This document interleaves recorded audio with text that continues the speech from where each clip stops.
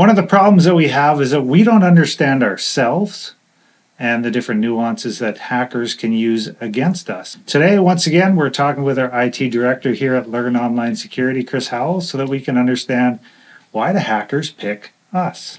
Well, why not? Well, I'm not very excited. I sit in my basement and I make podcasts. Why wouldn't they pick you? I guess that's the question. Out of all the people in the world, all 8 billion or whatever there are now, why would a hacker bother to pick me? And maybe, this could be a situation, I think, more of because of technology today and everything that we have in front of us, is hacking more common in North America, Europe, Asia, things like that, than it does in less developed nations. Maybe not anymore, because everyone has a cell phone. No, we always talk about first world problems. Hacking for the longest time was a first world problem.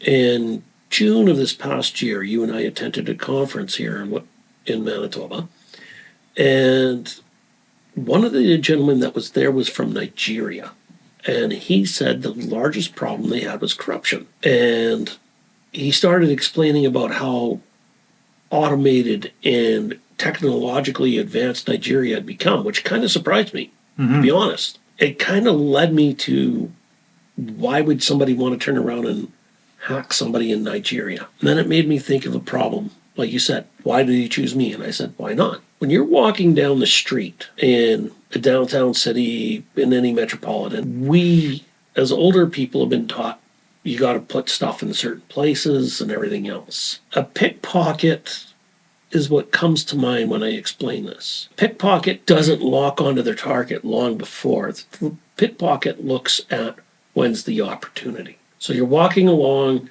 and the pickpocket realizes he needs a pen. Well, he sees somebody walking along and the person has a breast pocket full of pens. It's opportunity. He sees a guy walking along with breast pocket full of pens and a woman putting a pen in his purse, her purse. Who's he going to target? Probably the guy with the pocket, because they're right there in the easiest. Open. Yeah. So the easiest opportunity. So why is a hacker going to choose you? Above and beyond all else, he's going to do an evaluation. And he's going to go through the evaluation and say, what can I do? One thing that we haven't touched on yet is hackers are familiar with you. They are familiar to you. Very, very seldom is there a hacker out there that's sitting in the middle of nowhere that doesn't have information before they initiate a hack on you. So I'm going to do a demonstration here. I got two different things. I got a bottle and a plate of cookies. All else being equal, how are you going to choose whether you take the bottle of water or the plate of cookies? Probably depend if I'm hungry or thirsty. All else being equal, you're not hungry or thirsty. What's the next thing that you're going to go down to? Well, it could be a bunch of different reasons, but one, the cookies, if you're, walking by and there just happens to be cookies on the table, you're probably just going to pick one up because it's there. It's the easiest. Whatever is the easiest for you to grab. But in this particular scenario, the water's closest to you, so you'll grab the water because nobody's going to notice the water went missing. But it's how opportunity presents itself. How do I not be an opportunity? Well, one of the best ways is make sure you're monitoring your information. Every now and then I do it for giggles for myself, but then it became a habit. About once every 6 months, I throw my name up into Google and Yahoo or whatever search engine you so choose. And I find out about myself. I looked up my name and I found at least 50 people with the same name. Yeah. What's interesting, though, is I did not find myself. At least not anymore. So why do you get picked? The first reason why you get picked is opportunity. I need it. I can get it. Where's my opportunity? Well, opportunity could be lots of things too. Like we talk about not having your computer shut down when you leave it, and someone just walks by and your computer's sitting there running away and they can just jump on and access it. So there's different opportunities that are out there that are it just happens to be coincidence that they're walking through. Maybe not. Maybe they notice that you're leaving your computer on all the time. One of the things about humans that makes things interesting about why people get chose is we need to belong.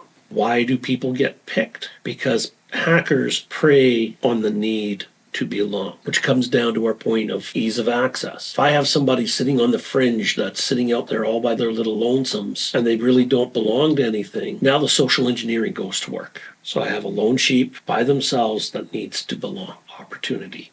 People ask me why the elderly get targeted. Elderly have three things that you and I don't have. First and foremost, a lot of their friends are gone.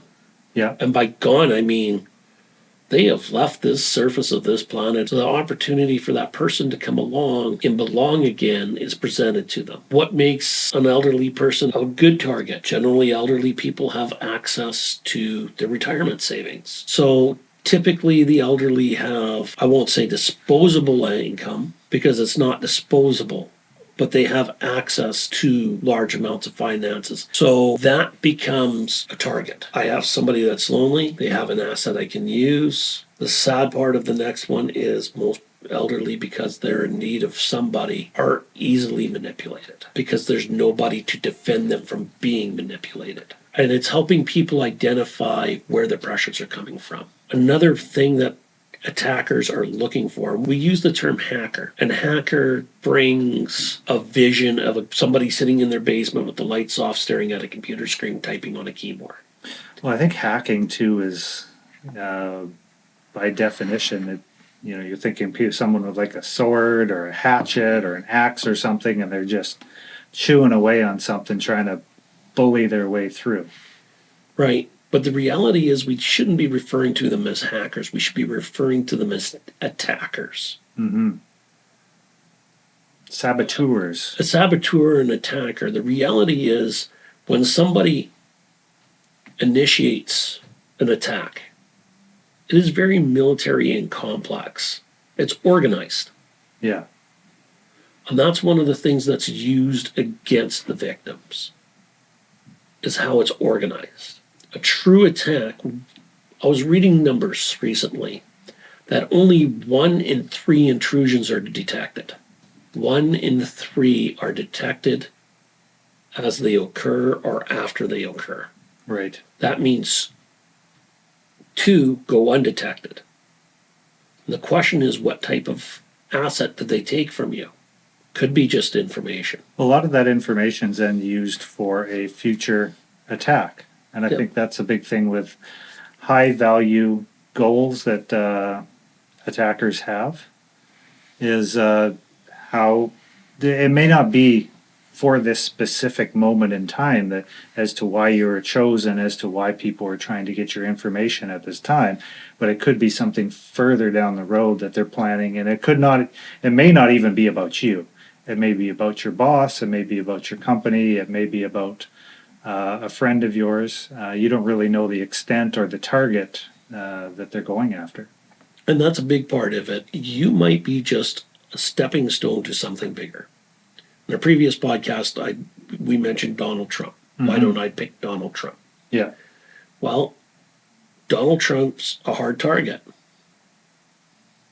We know that there's a lot of assets there, but it's a hard target. So if I want to attack Donald, you mentioned I need to get to a security detail. Yes. So the further down the food chain I go, and this is where people say, well, I'm not important. But you are important.